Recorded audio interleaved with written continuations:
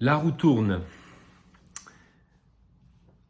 Je, je suis toujours surpris par l'étonnante efficacité de la vie, la magie également qu'elle peut diffuser dans notre existence, et de prendre du recul des fois et d'observer certaines choses. Et depuis toutes ces années que j'accompagne les gens, je me rends compte que cette roue effectivement tourne. Vous voyez, dans un schéma de relation parentale où un père aurait pu vivre une absence absolue d'un papa, pour X raisons, pourrait adopter un comportement de super-héros papa.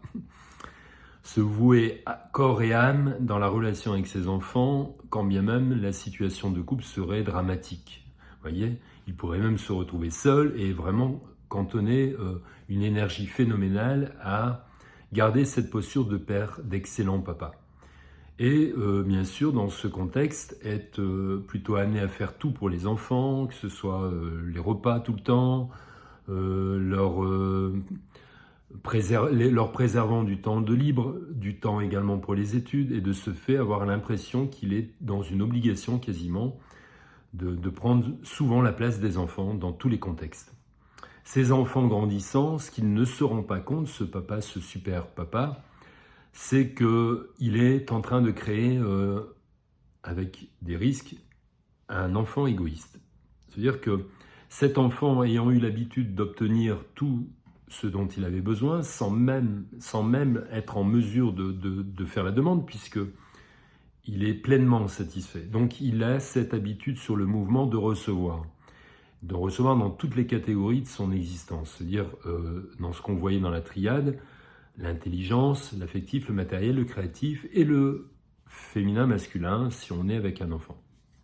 Si tous ces domaines sont amenés d'office par le père, dans ce cas de figure qui est précis, on peut imaginer que la roue tourne du fait que d'un père qui était plutôt généreux de lui, plutôt dans cette forme sacrificielle, de créer inconsciemment un enfant en retour qui sera lui par contre très égoïste, nombriliste, avec du mal à pouvoir donner de lui, parce qu'il estime que dans son existence passée, inconsciemment bien sûr, hein, je vous l'avoue, dans son existence passée, que comme tout lui était dû, arrivant vers lui systématiquement, donc dû dans sa petite réalité, il n'estime pas de devoir faire des efforts. Par contre, on sait également que dans la vie elle est faite pour nous faire travailler, que formatant cette forme de relation avec ses parents, cet enfant aura sans doute à faire un travail en écho avec ce qu'il va pouvoir rencontrer dans sa vie et les rencontres qu'il fera dans sa vie.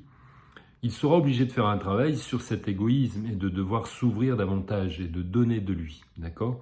Tout comme le père d'ailleurs, dans ce travail avec ses enfants, de constater que plus il a donné, moins les enfants étaient finalement satisfaits ou jamais dans le remerciement, vous voyez ?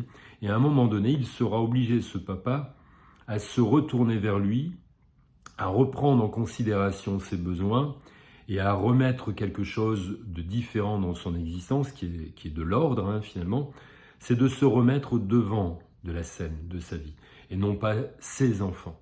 Et bien sûr, de pouvoir aussi réévaluer sa posture avec ses enfants et faire un travail de fond qui lui permettra de bien sûr de se nourrir davantage. Et toute cette serviabilité qu'il pouvait faire et donner au travers de la relation avec ses enfants, de pouvoir amener cette serviabilité au sein de la relation avec lui-même.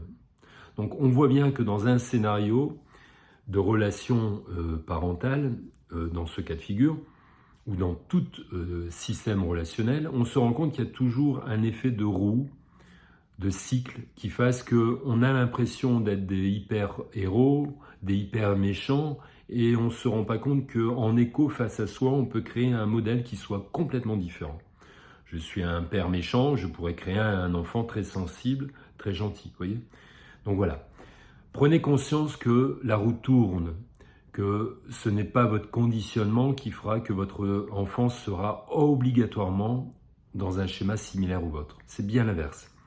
Il opérera d'une manière différente pour apprendre autrement les choses. Donc on voit que le cycle de la triade, quelle que soit la posture de parents qu'on puisse être avec nos enfants, on ne les privilégie pas, on ne les épargne pas d'une expérience de vie qu'ils auront aussi, eux, à travailler au travers de la relation qu'ils ont eue avec leurs parents. Merci.